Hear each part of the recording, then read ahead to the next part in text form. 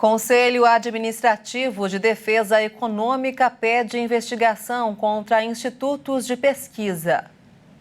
Relatora no STJ vota por manter afastamento do governador de Alagoas, Paulo Dantas. E você vai ver também. Ministério da Cidadania revela que ao menos 38 mil pessoas começaram a viver nas ruas desde o início da pandemia.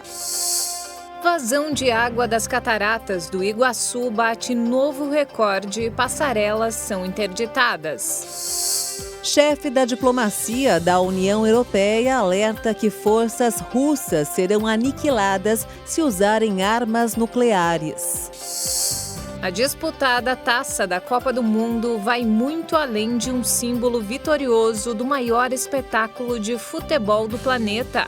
Agora no Jornal das 18h30.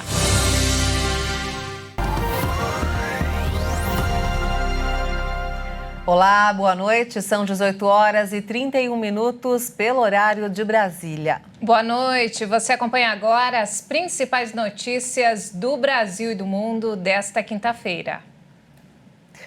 O Ministério da Cidadania revelou que ao menos 38 mil novas pessoas inscritas no Cadastro Único começaram a viver nas ruas desde o início da pandemia no Brasil. Em 2019, eram 174.766 pessoas em situação de rua no país. E em setembro deste ano, o número saltou para 213 mil. A maioria dessas pessoas está na região sudeste, com 62% da população sem emprego e moradia, seguido por Nordeste, Sul, Centro-Oeste e Norte. Só no estado de São Paulo, que tem o maior contingente de pessoas, 86 mil estão em situação de rua atualmente. No geral, essas pessoas têm entre 18 e 59 anos de idade. Com relação ao ensino, a maior parte tem ensino fundamental incompleto e apenas 11% não sabem ler ou escrever. O levantamento considera apenas as pessoas que estão inscritas no CadÚnico. O número pode ser ainda mais alarmante porque os municípios têm dificuldade para a atualização e realização de novos cadastros, especialmente por conta da pandemia. E olha só, o Conselho Administrativo de Defesa Econômica abriu inquérito administrativo para investigar os institutos de pesquisa. O órgão vai analisar se os resultados apresentados sobre as intenções de votos para presidente no primeiro turno das eleições podem ter sido adulterados para gerar impactos no mercado. De acordo com a representação feita no Conselho, ocorreram erros na apresentação dos resultados, tendo em vista a discrepância do que apontavam as pesquisas de opinião e o resultado das urnas. O documento elaborado pelo CAD para determinar a abertura de investigação mostra indícios de que os resultados não se tratem de erros casuais, mas sim de ações com o Instituto de gerar impacto no mercado financeiro. Durante a campanha eleitoral, os principais institutos de pesquisa anunciaram resultados muito diferentes na disputa presidencial do que aqueles verificados nas urnas de votação. O Datafolha e o IPEC davam menos de 40% de índice de votos para o presidente da República, Jair Bolsonaro, candidato à reeleição que teve 43,2% ao final da apuração. Ao mesmo tempo, os dois institutos também apontavam a possibilidade de vitória no primeiro turno de Luiz Inácio Lula da Silva, o que não aconteceu. A ministra do Superior Tribunal de Justiça, Laurita Vaz, votou hoje por manter o afastamento do governador de Alagoas, Paulo Dantas, a fim de frear a atuação da organização criminosa e evitar interferências na apuração. Uma corte especial vai julgar se mantém a decisão de Laurita, que é relatora do inquérito investigativo de um suposto esquema de funcionários fantasmas chefiado por Dantas na Assembleia Legislativa. O governador, que já estava afastado por 180 dias a pedido da Polícia Federal, foi alvo da Operação Edema, autorizado pela ministra. Ele disputa a reeleição em segundo turno em Alagoas. O consumo das famílias brasileiras teve alta de 7,23% em agosto na comparação com o mesmo período do ano passado. Segundo o levantamento divulgado hoje pela Associação Brasileira de Supermercados, a Abras.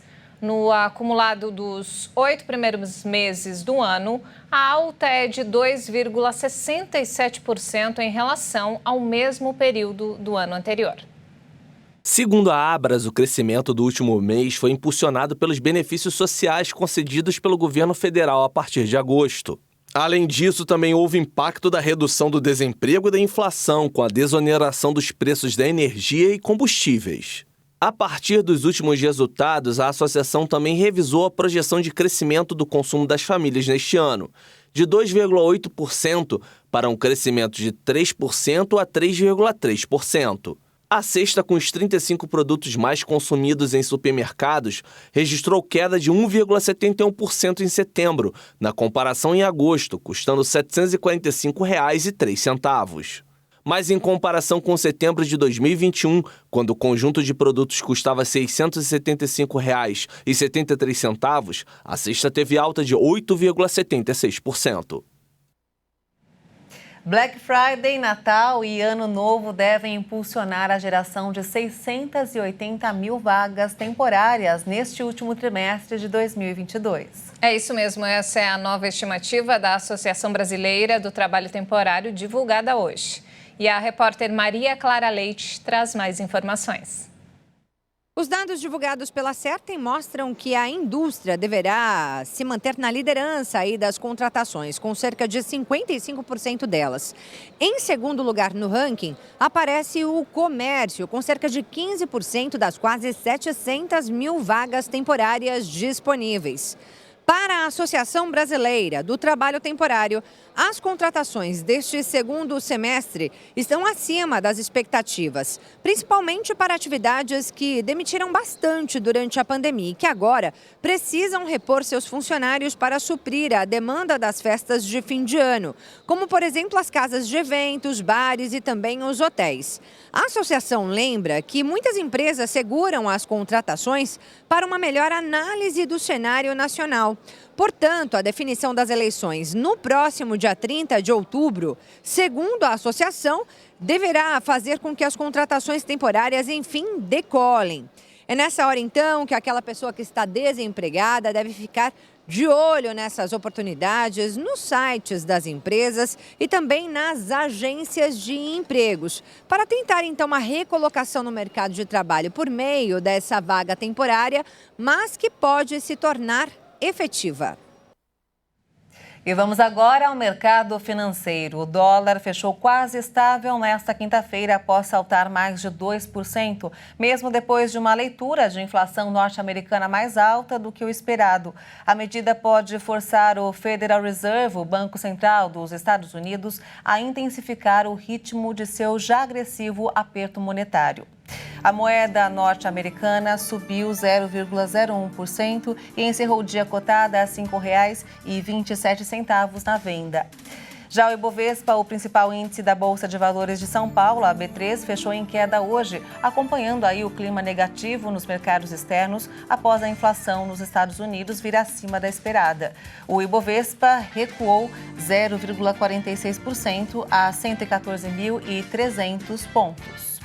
E a inflação nos Estados Unidos foi persistente em setembro, apesar das fortes medidas tomadas para contê-la, complicando a tarefa do presidente Joe Biden a um mês das eleições de meio de mandato. Admitiu recentemente a possibilidade de uma recessão no país. Os preços subiram 8,2% em setembro na comparação anual, segundo o CPI. É uma desaceleração muito leve, já que no mês passado a alta dos preços em um ano foi de 8,3%. O aumento dos preços voltou a acelerar, subindo 0,4% entre agosto e setembro.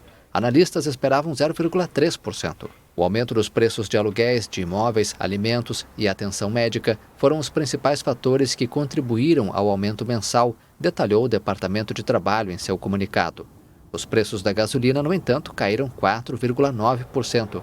A Agência de Informação de Energia dos Estados Unidos divulgou nesta quinta-feira que as reservas comerciais de petróleo tiveram alta de 9,9 milhões de barris na semana passada, bem acima do esperado. E de volta ao Brasil, vamos agora direto ao Rio de Janeiro com informações desta quinta-feira com o nosso repórter Anderson Nascimento. Boa noite, Anderson. Boa noite, Maria Alice e Juliana. O caso da filha suspeita de ter aplicado um golpe milionário na própria mãe e que mostramos aqui há cerca de um mês, teve novidades. A Justiça do Rio de Janeiro flexibilizou a prisão de uma das 4 pessoas presas sob suspeita de um golpe de 725 milhões de reais contra uma idosa. Jaqueline Stanesco, prima da falsa vidente, suspeita de comandar o crime, deixou a cadeia na última quarta-feira para ficar em prisão domiciliar. De acordo com a polícia, foi de posse das informações que Sabine, filha da vítima, informava sobre a mãe de 82 anos que Rosa, que se passava por vidente, montou o plano para desviar os bens da idosa. Rosa Stanesco Nicolau, o filho Gabriel Nicolau e Sabine Boguiche, filha da idosa vítima do golpe, permanecem presos. E uma cachorrinha de cerca de 10 anos foi encontrada presa e amordaçada dentro de uma mala de viagem em Niterói. A mala estava em pé sob um poste, como se tivesse sido jogada no lixo.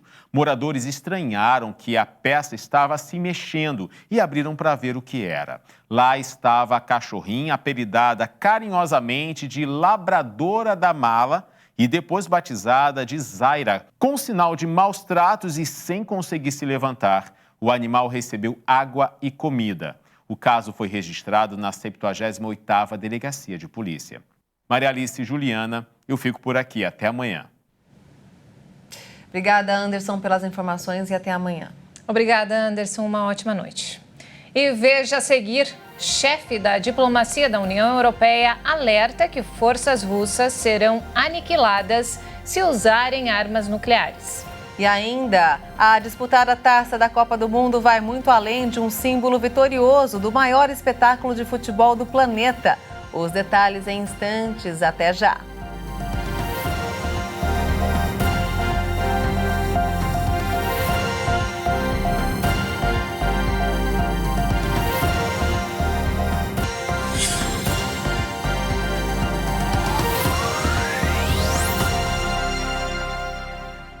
Estamos de volta, são 18 horas e 45 minutos pelo horário de Brasília. E falando sobre o conflito no leste europeu, o chefe da diplomacia da União Europeia, Josep Borrell, deu uma forte declaração hoje.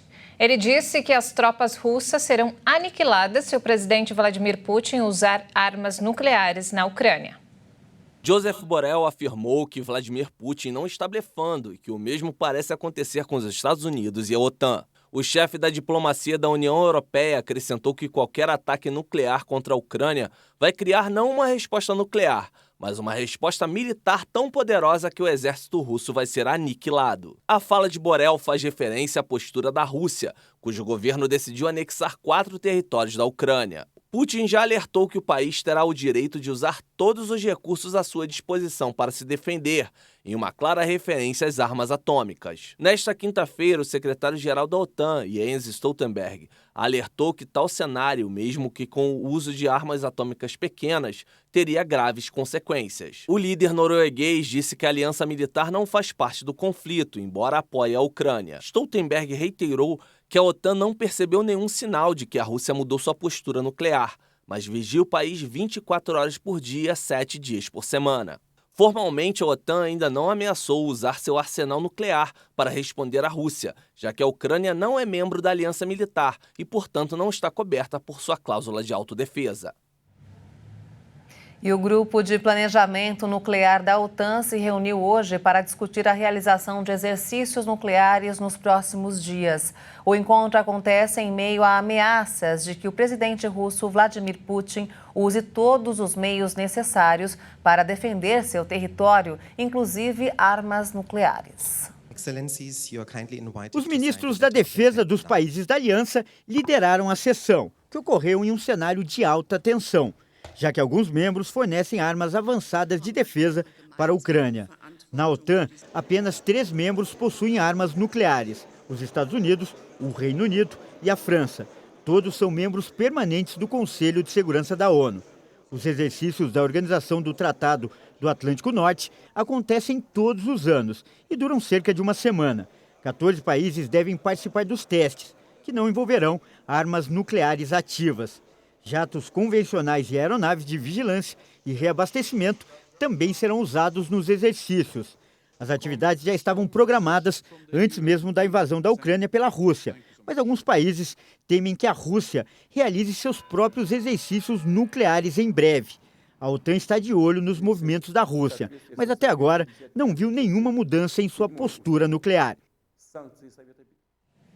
E a Coreia do Norte testou hoje 2 mísseis de cruzeiros estratégicos de longo alcance. A imprensa estatal informou nesta quinta-feira que o líder Kim Jong-un saudou a ação como uma demonstração bem-sucedida de sua capacidade de ataque nuclear tático. Kim supervisionou o lançamento dos mísseis que viajaram 2.000 quilômetros sobre o mar e disse que a esfera operacional das forças nucleares estratégicas deveria ser ampliada. Desde o final de setembro, a Coreia do Norte realizou uma série de testes de armas que agravaram as tensões. O Ocidente teme que o país realize o primeiro teste nuclear desde 2017. Pyongyang anunciou esta semana que os testes incluíram exercícios táticos nucleares para simular um ataque ao sul. O líder norte-coreano está buscando armas nucleares menores e mais leves que possam ser usadas no campo de batalha. Seul, Tóquio e Washington intensificaram os exercícios militares conjuntos, incluindo o envio de um porta-aviões norte-americano movido à energia nuclear, que enfureceu Pyongyang, que viu os exercícios como um ensaio para uma invasão. A agência estatal KCNA afirma que, em resposta, a Coreia do Norte realizou exercícios militares simulando uma guerra real, com exercícios que recriam ataques a portos, aeroportos e instalações de comando militar sul-coreano.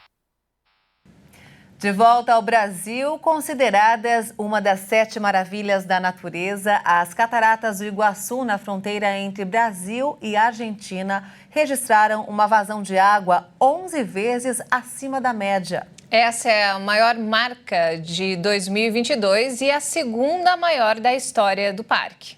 O fluxo de água das cataratas do Iguaçu, em Foz do Iguaçu, no oeste do Paraná, registrou a segunda maior vazão de água desde que a Companhia Paranaense de Energia iniciou a medição. Em 2014, foram mais de 47 milhões de litros por segundo. Nesta quinta-feira, a vazão chegou a 16,5 milhões às 6 horas da manhã. A vazão considerada normal é de 1,5 milhão de litros por segundo.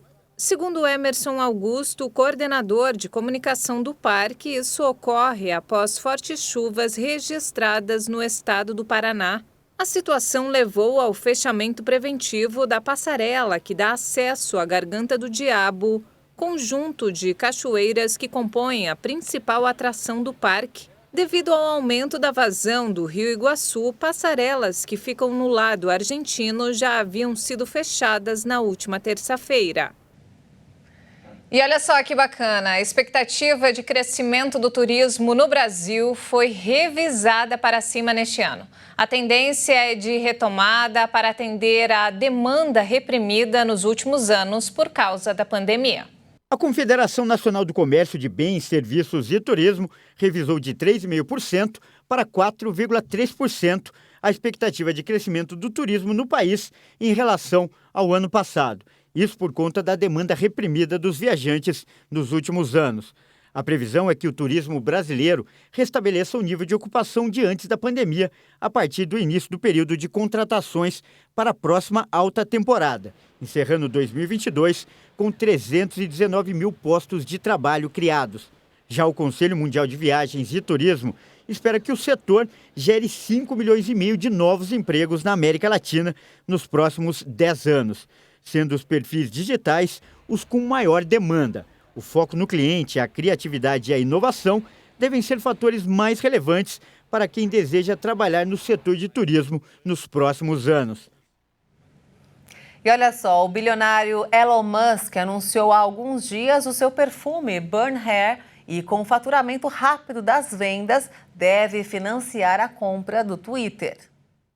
As vendas do perfume, que custa aproximadamente $100, já alcançaram $1 milhão em poucos dias.